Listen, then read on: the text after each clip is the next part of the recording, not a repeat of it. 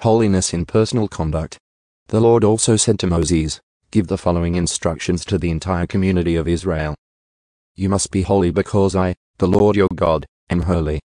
Each of you must show great respect for your mother and father, and you must always observe my Sabbath days of rest. I am the Lord your God.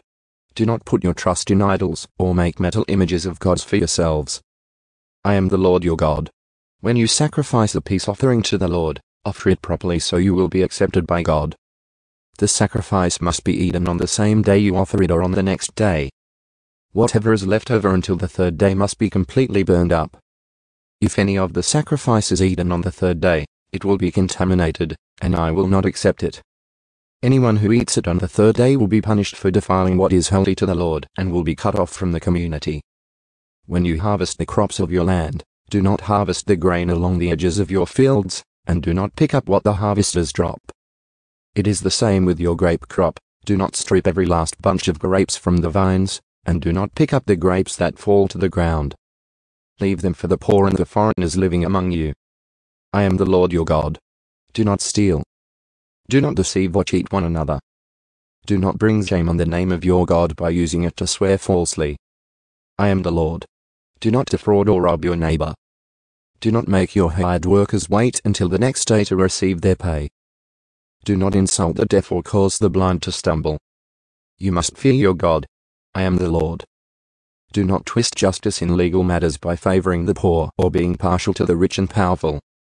Always judge people fairly. Do not spread slanderous gossip among your people. Do not stand idly by when your neighbor's life is threatened. I am the Lord.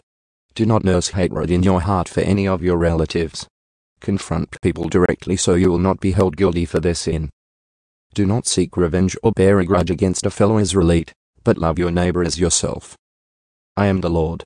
You must obey all my decrees. Do not make 2 different kinds of animals. Do not plant your field with 2 different kinds of seed.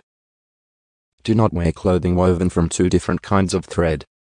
If a man has sex with a slave girl whose freedom has never been purchased but who is committed to become another man's wife, he must pay full compensation to her master. But since she is not a free woman, neither the man nor the woman will be put to death. The man, however, must bring a ram as a guilt offering and present it to the Lord at the entrance of the tabernacle. The priest will then purify him before the Lord with the ram of the guilt offering, and the man's sin will be forgiven. When you enter the land and plant fruit trees, leave the fruit unharvested for the first 3 years and consider it forbidden. Do not eat it. In the 4th year the entire crop must be consecrated to the Lord as a celebration of praise. Finally, in the 5th year you may eat the fruit. If you follow this pattern, your harvest will increase. I am the Lord your God. Do not eat meat that has not been drained of its blood. Do not practice fortune-telling or witchcraft.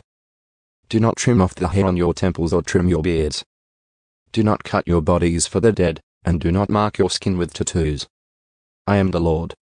Do not defile your daughter by making her a prostitute, or the land will be filled with prostitution and wickedness. Keep my Sabbath days of rest, and show reverence toward my sanctuary. I am the Lord. Do not defile yourselves by turning to mediums or to those who consult the spirits of the dead. I am the Lord your God. Stand up in the presence of the elderly, and show respect for the aged. Fear your God. I am the Lord. Do not take advantage of foreigners who live among you in your land. Treat them like native-born Israelites, and love them as you love yourself. Remember that you were once foreigners living in the land of Egypt. I am the Lord your God.